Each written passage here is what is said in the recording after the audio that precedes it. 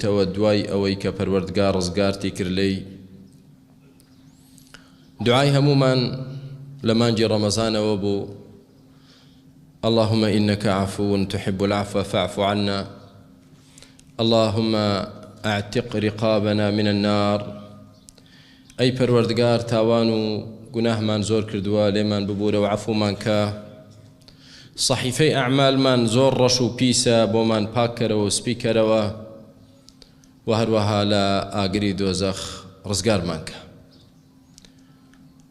بە هەموو گوڕ و تین و جۆش و خڕۆشێکەوە لەخوا پاڕاینەوە لێمان خۆش بێت عەفومان کە تەوبەمان کرد ئایا دەتەوێت دوای ڕەمەزان دیسان جاریشتر ڕێگای دۆزەخ بخۆت هەڵبژێریتەوە جاریشتر دەتەوێت لە پەروەردگارت دوورکەویتەوە دووبارە دەتەوێت لاپەڕەی ئەعمالەکانت ڕشکەیتەوە ئایا ئەمە عەقڵ و حیکمەتە ئایا ئەمە زیرەکی و دانایی ئینسان کە بیکات یا بەعەکسەوە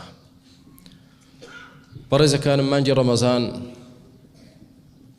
دەورەیەک بوو بۆ پەروەردەکردنمان بۆ بەرەو باشتر بردن و چاکترکردنمان مانجی ڕەمەزان بریتی نەبوو لە فترەیەکی زەمەنی کۆڵێکی قورس بدەینە سەرشانمان و دوایی نەجاتمان بێ و لە دەستی ڕزگارمان بێ و کۆتایی پێبێت حکمەتی صیام مەبەستی ڕەب العالەمین لە مانجی ڕەمەزان ئەوە نییە کە ئێمە ماندووکە لەو مانگەدا برسیمان کاتین و مانکات حکمەتەکەی زۆر بەڕوون و ئاشکرایی لە یەکەم ئاەتی صیامدا پێوتوین کە تێی بگەین يا أيها الذين آمنوا كتب عليكم الصيام كما كتب على الذين من قبلكم لعلكم تتقون أي أواني باورتان هنا ڕۆژووی ڕەمەزانتان لەسەر فەرز کرا هەر وەکو چۆن لەسەر پێشووی ئێوەش فەرز کرا ڕۆژوو بوون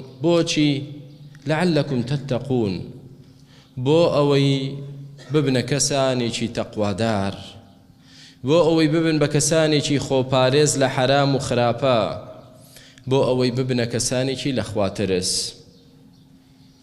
بەڵام زۆر بەمان لەو حکمەتە ناگات وێنەی ئەو وەکو وێنەی دوو خوێندکار وایە دوو خوێندکار دەچن بۆ قوتابخانە بۆ نمونە هەردووکیان لە کولیەک لە کولیەکان دەخوێنن لە یەکێک لە کۆلێژەکان دەخوێنن لە یەکەمیان دەپرسی هەدەفی تۆ چییە لێرەیت دەڵێ هەدەف دیارە هەموو عاقڵێک دەزانێ هەدەف دەرچوونە هەدەف دەرچوونە بەس بەڵێ ئەی چیترە ئەوە نییە گرنگەوە نیە ئینسان دەرچێ با هەدەف لای ئەو تەنها دەرچوون و تەواوکردنی ئەو 4 ساڵەی کۆلێژە جا بە قۆپی بێ بە غەشکردن بێ بە چاولێکردنی ڕەفیقەکانی بێ بە ئاسانکاری مامۆستاکانی بێ بە واستە و ڕیشوە و بەرتیل بێ بەخوا پیاوانە بڕیمان تەواومان کرد نەجاتمان بوو شەهادەکەشمان بەدەستێنا ئەی دووەمیان کاکە تۆ هەدەفت چییە وەڵڵا هەدەفم لەو کولیەیە بۆ نمونە لە کولیەی طب بۆ نمونە لە کولیەی هەندەسە بۆ نمونە لە کولیەی شەریعە لە هەر کۆلێژێک دەمەوێت لەو چەند ساڵی کۆلێژە زانستێک بەدەست بێنم لەو بوارەی خۆمدا کە مستەقبەل کەسێکی زۆر سوودبەخش و بەهرەمەند و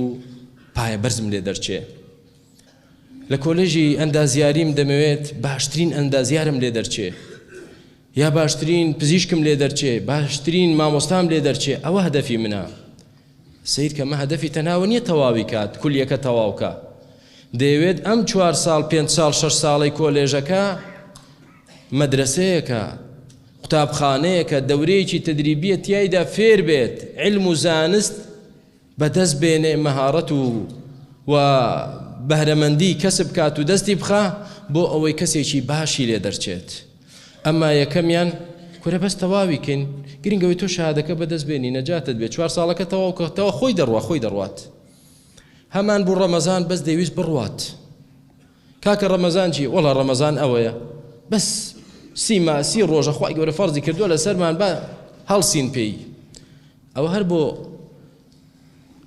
خۆشی دەیگێڕمەوە جارێکیان مامۆستایەکی ئاینی خوای گەورە عەفوی کە و لێی خۆش بێت بە مسلمانێک گەیشتی بوو مسلمانەکە کەسێکی نزیکی منە سیقەیە وتی ڕەمەزان بوو دوای نوێژی عەسر بوو سەلام لێ کرد و مامۆستا چۆن لەگەڵ ڕەمەزان وتی وەڵڵاهی زۆر هیلاک وتی مامۆستا وەڵڵاهی ڕەحمەتێکی گەورەیە خوای گەورە ڕەمەزانی بۆ داناوین وتی وەڵڵا جا بۆ دوو بێعەقڵی وەکو تۆ ڕەحمەتە وەڵڵاهی لەوەتی خوا دایناوە لە ڕەمەزان خراپتری خەلق نەکردەوە ئەمە بۆ ڕۆژی قیامەت خوای گەورە محاسبەمان دەکات لەسەری کە ئیفتیرا بێت جا وەرە تۆ وا بڕوانیتە ڕەمەزان ئەرکێکی قورس و ناڕەحەتە خراوەتە سەرشانت بەشک و نەجاتمان بێ ئەها ڕۆژێکی ڕۆی ئەمە 28 ڕۆی دەی ئینشاءڵڵا زۆری نەماوە 2 ڕۆژی ماوە ئەسڵەن وەکو تەڵەبەی کۆلێژەکەیە یەکەمیان بەس دەیوێت 4 ساڵەکە تەواوکە نازانێ بۆچی هاتوتەم کۆلێژە نازانێ دوای تەخەڕوجکردنی چه ئەرکێکی لەسەرە لە مەودووە برای مسلمان دەزانی ئەم مانجی ڕەمەزانە بۆچی بوو پەروەردەی من و تۆ بوو و دائیمەن هەر قوتابیەک کە چۆ کولیە دوای کولیە زیرەکترە لەوەی کە لە سەردەمی کولیە و پێش کولیە هەیە مەفروض وایە من و تۆ دوای ڕەمەزان باشتر بین لە پێش ڕەمەزان بۆ چونکە چوینە ئەم کۆلێژەوە چوینە ئەم دەورەیەوە یەک مانگ پەروەردگار بە جوانترین پەروەردەی کردین بە شەومان و بە ڕۆژ بەرنامەیەکی بۆ ڕێخستین کە جوان نەک هەر لە حەرام خۆمانمان پاراست لە حەڵاڵیش خۆمان پاراست خواردنت خواردنەوەت خێزانت هەمووی حەڵاڵە بەڵام لەو مانگەدا فێر بە کە ویستت خۆت لە شتێک بگریتەوە فێری خۆلێگرتنەوەی بە پەروەردەی کردین بەڵام ئایا تێگەیشتین ئایا دوای ڕەمەزان فعلا ئێمە ئەو شەهادەیە بەرزەمان بەدەست هێنا کە شەهادەی ئەتەقوا بووینە کەسێکی تەقوادار بووینە ئەو کەسەی کە لە مانجی ڕەمەزان توێشوویەکمان دابین کرد بەشی 11 مانگەکەی ترمان بکە بمان پارێزێ لە حرام بمان پارێزێ لە غەزەبی خوا و لە تووڕەبوونی خوا یان دەڵێ بەخوا نەجاتمان بوو پێغەمبەری خوا عەلەیهی سەڵات وسەلام کە کاتی بانگ دەهات دەیفەرموو ئەریحنا بها یا بیلال ئەریحنا بها یا بیلال دە بیلال بانگ دەبا ئیسراحەتمان بدەیە با ئیسراحەت کەین تخوا پێغەمبەری خوا عەلەیهی سەڵات وسەلام کان یەرا ڕاحەتەه فی الصەڵاة ئیسراحەتەکەی خۆی لە نوێژدا دەبینیەوە لە عیبادەتی خوادا دەدۆزیەوە بەڵام هەیە دەڵێ ئەریحنا منها وەلەیسە ئەریحنا بها هەندێک کەس دەڵێ دەیتخوا بانگ دەخێرا کە قامەت کە کاکە نەجاتمان دەبا نوێژەکەمان بکەین و بڕۆینەوە هەیە دەیەوێت نەجاتی بێلەی يرتاح منها هەشە يرتاح بها بە نوێژ ئیسراحەت دەکا بە ڕۆژوو ئیسراحەت دەکا بە مانجی ڕەمەزان دڵخۆش دەبێ بۆی برای بەڕێزم فتش عن نفسك لە خۆت پرسیار کە و بکۆڵەرەوە تۆ کام تەڵەبەیەیت ئایا ولتكبروا الله على ما هداكم الله أكبر جيجن مان كرد ولعلكم تشكرون شكري خوات كر كان جاتت بول رمضان يا شكري خوات كر لسروي كخواي جورا أو مانجا مباركي بنسيب كردي پروردي كردي تيايدا إيمانت بهيز بو درجاي سالكت لكام يانيت أويك جرينجا برزا كانم دو خال بحسيكم خاڵی یەکەمیان للظالم نفسه ئەوەی کە زوڵم لە نەفسی خۆی دەکات ئەوەی کە لە مانجی ڕەمەزان وازی لە زیناکردن و فاحیشەکردن و عەرەق خواردن و درۆکردن و غەیبەتکردن و دزیکردن و بوهتانکردن و ستەمکردن هێنا لە مانجی ڕەمەزان وازی لە پشتکردن لە مزگەوت و نوێژ هێنا و گەڕایەوە دەستی کرد بە نوێژ دەستی کرد بە ڕۆژوو وازی لە حرام هێنا بەڵام بەداخەوە دوای ڕەمەزان دەگەڕێتەوە سەر حرامەکانی کە کردبووی عادت حەلیمە إلى عادتها القديمة دەچێتەوە سەر عادەتە قەدیمەکەی خۆی کەواتە لەم يستفد من رمضانه شيئا هیچ سوودێکی لە ڕەمەزان نەبینی ئەم کەسە هیچ سوودی نەبینی کە تۆ دوای ڕەمەزان دەستکەیتەوە بە مشروب خواردن و دەستکەیتەوە بە زیناکردن و دەستکەیتەوە بە حرام خواردن و دەستکەیتەوە بە وازهێنان لە نوێژ و کەواتە توێجی ئیسیفادەت لە ڕەمەزان نەکرد ئابەدەن ئیسیفادەت لێ نەکرد 4 ساڵ کۆلێژی شەریعە بخوێنێت دوای پرسیار کە ئەرێ زەحمەتە بێ خاڵە گیان دەژنوێژ چۆن دەگیرێت ئەرێ بەچی دەژنوێژ دەشتێت کەواتە تو ئیسیفادەت لە کولیە نەکردووە 4 ساڵ لە کولیە بوویت شەریعە ئێستا پرسیار لە خاڵە حاجیەک دەکەێت دەژنوێژ چۆن هەڵدەگیرێ ئیسیفادەت لێ نەکردووە چوویتە ناو مانجی ڕەمەزان و هاتیتە دەرەوە ڕۆژی جەژنت بە عەرەق خواردنەوە دەست پێ کردەوە بە وازهێنان لە نوێژ دەست پێ کردەوە كالتي نقضت غزلها من بعد قوة أنكاثا أو جورا كسانا محروم بێبەشن لە ڕەحمەتی خوای گەورە و ئەو حەدیسانە بەسەریاندا تەطبیق دەبێت کە پێغەمبەری خوا عەلەیهی سەڵاتو وسەلام دەفەرمێ رب صائم حظه من صيامه الجوع والعطش ڕۆژەوانی وا هەیە هەموو پاداشتەکەی لە ڕۆژوەکەی بەشەکەی لە ڕۆژوەکەی چییە؟ برسێتی و تینوێتی. چیت بۆ مایەوە؟ ڕۆژەوانەکان پاداشتی گەورەی خۆیان وەردەگرنەوە. ئەی تۆ چیت بۆ ماوەتەوە؟ الجوع والعطش. والله بەڕاستی من برسی بووم، بەڕاستی تینوو بووم لەو مانگە، یەک ئەجرت بۆ نەنووسرا. ورب قائم حظه من قيامه السهر والتعب. ئەی ئەوەی کە شەو نوێژی دەکرد تا بەیانی خوای گەورە دەفەرمێ کەسانێکیان هەیە جگە لە شەو نوخوونی و ماندوو بوون هیچ ئەجرێکیان بۆ نەنووسراوە. بۆچی؟ چونکە حەقیقەتەن لە ڕۆژوو نەگەیشت و ڕۆژوو فێری تەقوای نەکرد و دوای ڕەمەزان دەوامی لەسەر تاعەتی خوای گەورە نەبوو. بۆی ئەی ئەو کەسانی کە دوای ڕەمەزان واستان لە نوێژ هێنا وریابن، دڵت بەوە خۆش نەبێت دەی من ڕەمەزان کە هات ڕەمەزان بە ڕۆژوو دەبم، دڵت بەوە خۆش نەبێ. واللهی یەک نوێژ نەکە، یەک. پێغەمبەری خوا عەلەیهی سەڵاتو وسەلام دەفەرمێ من فاتته صلاة العصر فكأنما وتر أهله وماله. هەر کەسێ بەس نوێژێکی عەسری لەدەستچێ وەکو ئەوە وایە زەرەرەکەی بەڵام نایبینێ و هەستی پێ ناکا، وەکو ئەوە وایە هەموو مناڵە و خێزانەکەی و هەموو ماڵەکەی لەدەستدابێ. جاورە ئەی مرۆڤی عاقڵ کە عەقڵت هەبێ ئەی نوێژ نەکەر وەرە بیهێنە پێشچاوی خۆت، ڕۆژێکیان دەیتە ماڵەوە سیر دەکەی ماڵەکەت سوتا و ئاگر و دووکۆڵی لێ هەڵدەستێ. ئەمە چی بوو؟ ماڵەکەت سوتا. هیچ ماڵەکەم نەما، نەخێر هیچی نەما بوو بە خۆڵەمێش. هەر مناڵەکانم سەلامت بن، نەخێرەوانیش سوتان، نەخێزانت نە مناڵت کەست نەماوە. هەز بە چی دەکەی لەو کاتەدا؟ هەز بە چه خەسارەتێک دەکەیت؟ دەی پێغەمبەری خوا عەلەیهی سەڵاتو وسەلام دەفەرمێ هەر کەسێ نوێژێکی عەسری لەدەستچێ وەکو ئەوە هەموو ماڵ و منداڵی لەدەستدا بێ ئاوایە، بەڵام هەستی پێ ناکەی ڕۆژی قیامەت تێدەگەی لەو حەقیقەتانە. ئەی ئەو کەسەی دەگەڕێیتەوە سەر مەشروب خواردن، ئەی ئەو کەسەی دەگەڕێیتەوە سەر فاحیشە و دایۆن پیسی، ئەی ئەو کەسەی ماڵی خەڵک دەخۆیت و زوڵم دەکەیت، دڵت بەوە خۆش نەبێ بە ڕۆژوو بوویت.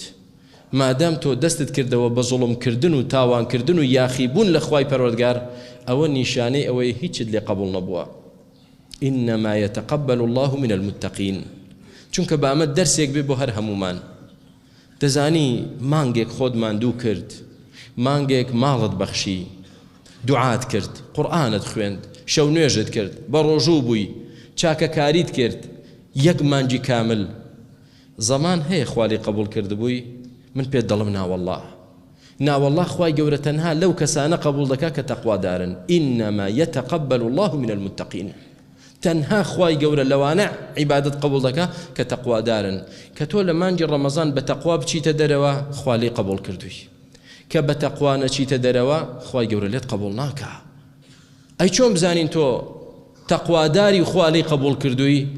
هەر لە ڕۆژی جەژنەوە دەردەکەوێت کە تۆ تەقواداری یان نا، لە ڕۆژی جەژن و دوای جەژنەوە دەردەکەوێت کە تۆ لەو کەسانەی کە خوای گەورە عیبادەتی لێ قبوڵ کردوون متەقیت یا متەقینیت، کە وازت لە واجبەکان هێنا کە دەستت کردەوە بە حەرام، ئەو بزانە تۆ تەقوادارنی و خوای گەورەش لێ قبوڵ نەکردوویت کە شایستەنی. إن الله طيب لا يقبل إلا طيبا. خوای گەورە پاکە، پاکیش نەبێ وەری ناگرێ. خوای گەورە لێمان ببورێ، ئەخیرمان خێر کە ئیستیقامەتمان پێ ببەخشێ. والحمد لله رب العالمين.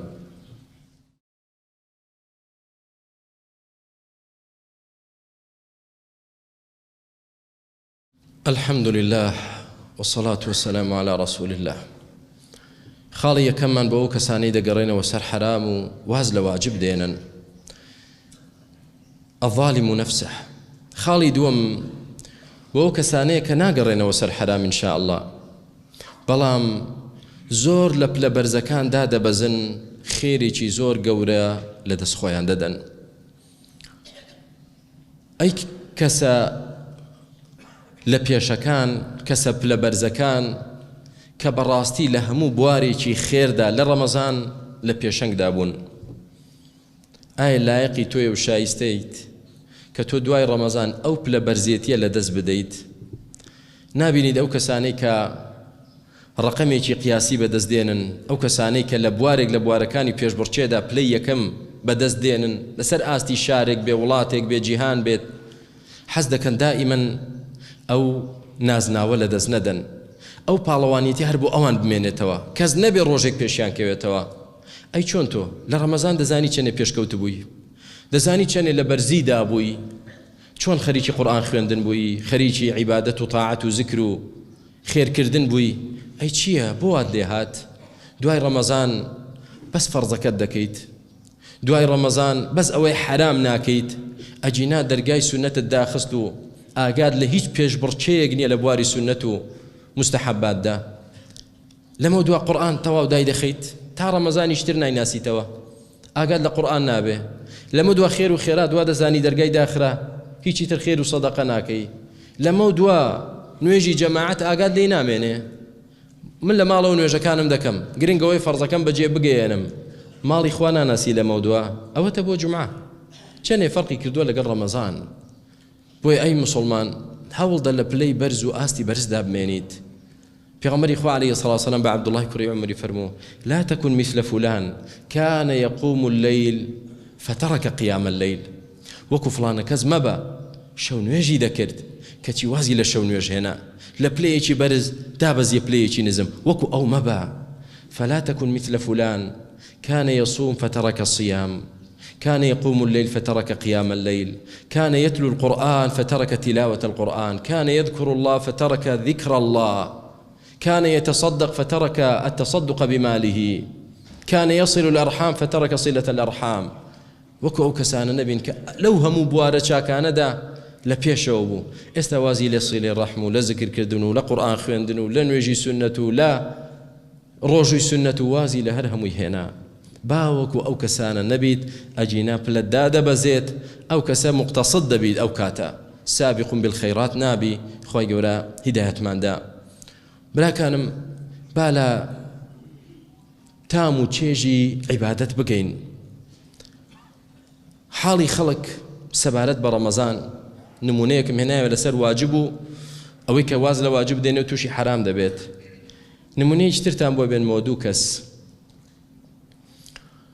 لای کەسێک ئیش دەکەن، دوو خزمەتکار لای گەورەیەکیان ئیش دەکەن، بەڵام یەکێکیان گەورەکەی خۆی دەناسێت و زۆری خۆش دەوێت، هەموو سەعادەت و لەزەت و چێژی خۆی لەوەدا دەبینێت کە لەو کەسە گەورەی خۆی نزیک بێت. بۆیە کاتێک کە ئەو کەسە گەورەی خۆی ئەرکێکی پێدەسپێرێ بەو پەڕی دڵخۆشیەوە دەیکا، دەڵێ من ئەمری ئەو جێبەجێ دەکەم، خۆشم دەوێ، فەرمانی جێبەجێ دەکەم، بەوە خۆشەویستتر دەبم لای. کە لەو ئەرکە تەواو بوو حەز دەکا ئەرکێکی تری پێ بسپێرێ، بەڵام ئەوەی یەکەم نایناسێت و خۆشیشی ناوێ وەکو پێویست، وەسیلە و پەیوەندیەکیش لە بەینیاندا نییە، لە بەینی خۆی و گەورەکەی. بۆیە کە ئەرکێکی پێدەسپێرێ زۆر لە شانی قورسە ناڕەحەت، هەر تەمەنا دەکات تەواو بێ و نەجاتی بێ.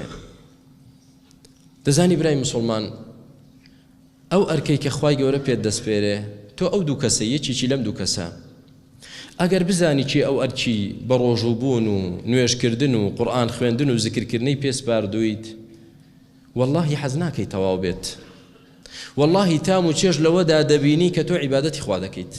بۆ چکە دەڵێ من فەرمانی ڕەب العالەمین جێبەجێ دەکەم، ئەو خوای دروستی کردوم، ئەو خوای ڕزق و ڕۆزیم دەدا، ئەو خوای لە هەموو ناڕەحەتیەک ڕزگارم دەکا، ئەو پەروەردگارەی کە داوای لێ بکەم وەڵامم دەداتەوە، ئەو پەروەردگارەی لە هەموو کەسێ بەڕەحمترە بە من، ئەو پەروەردگارەی کە مردنمی بەدەستە، بەهەشتی بەدەستە، دۆزەخی بەدەستە، ئەو پەروەردگارەی کە زۆر میهرەبانە لەگەڵم.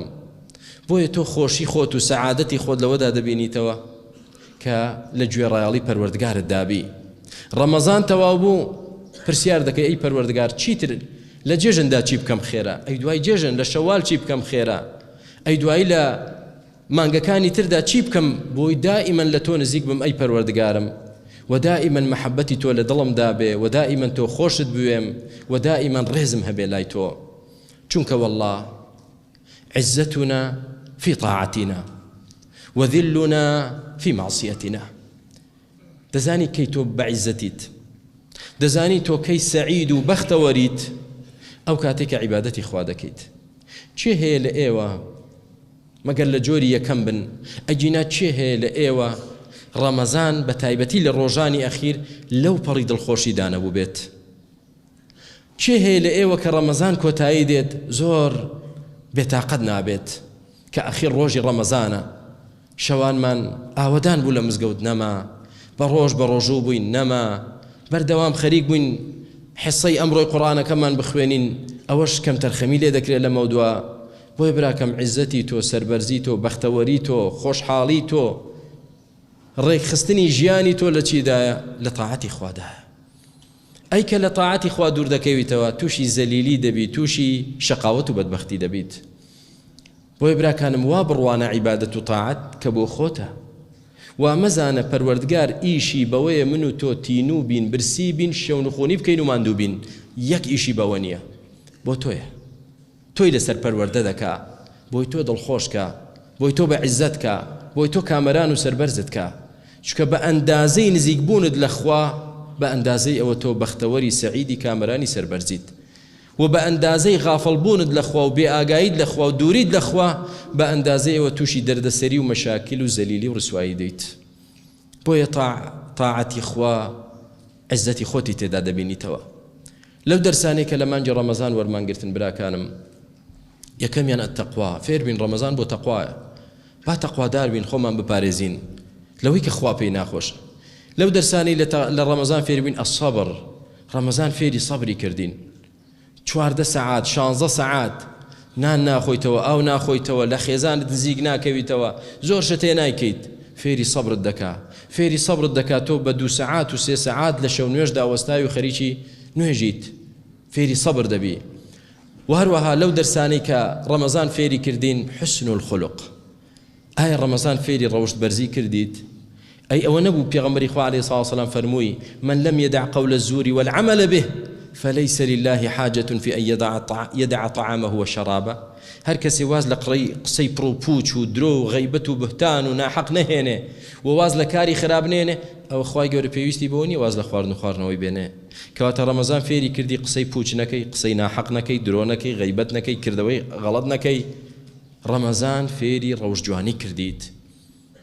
و هەروەها ڕەمەزان فێری کردین کە کەسێک ویستی جەهالەتیشمان بەرامبەرکە، جنێوێکی پێماندا، دەڵێن ئینی صائم، من بە ڕۆژوم وەڵامت نادەمەوە. یعنی ڕەوشتی ڕۆژهۆوان زۆر بەرزترە لەوەی خۆی بێنێتە ئاستی جنێو فرۆشێکی دەمشەڕ. کەواتە ئەو ئەخلاقە ڕەوشتە جوانە فێر بووی، با بەردەوام بێ لەگەڵت لە دوای ڕەمەزانیش. لە دەرسەکانی ڕەمەزان فێری قووەت العەزیمەتی والئیرادە بوویت، فێری ئەوە بووی کە ئینسان دەتوانێت ئیرادە و ویستی پتەو بێت. نان ناخۆم نایخۆم، تەواو، ئاو ناخۆمەوە، 16 سەعات نایخۆمەوە، فێری ئیرادەیەکی پتەو بووی. دەبێت نوێژەکانم هەمووی جەماعەت بێت، دەبێت بۆ شەو نوێژ بڕۆم، دەبێت قورئان بخوێنم. کەواتە ئەی مرۆڤ خۆت بدۆزەرەوە، تۆ کەسێکی بەتوانایی بە پشتیوانی خوا ئەگەر بتەوێت، ئەگەر بتەوێت بەتوانایت، ئەو هەموو عادەت و دابوونەری تا بێکەڵک و بێسوود و زیان بەخشانەی کە کۆت و زنجیریان کردویت، ئیرادەی تۆ ئەوەیە کە بتوانی زاڵبی خۆتی لێ ڕزگارکەیت. ئەگەر بتەوێت خۆتی لێ ڕزگار دەکەی.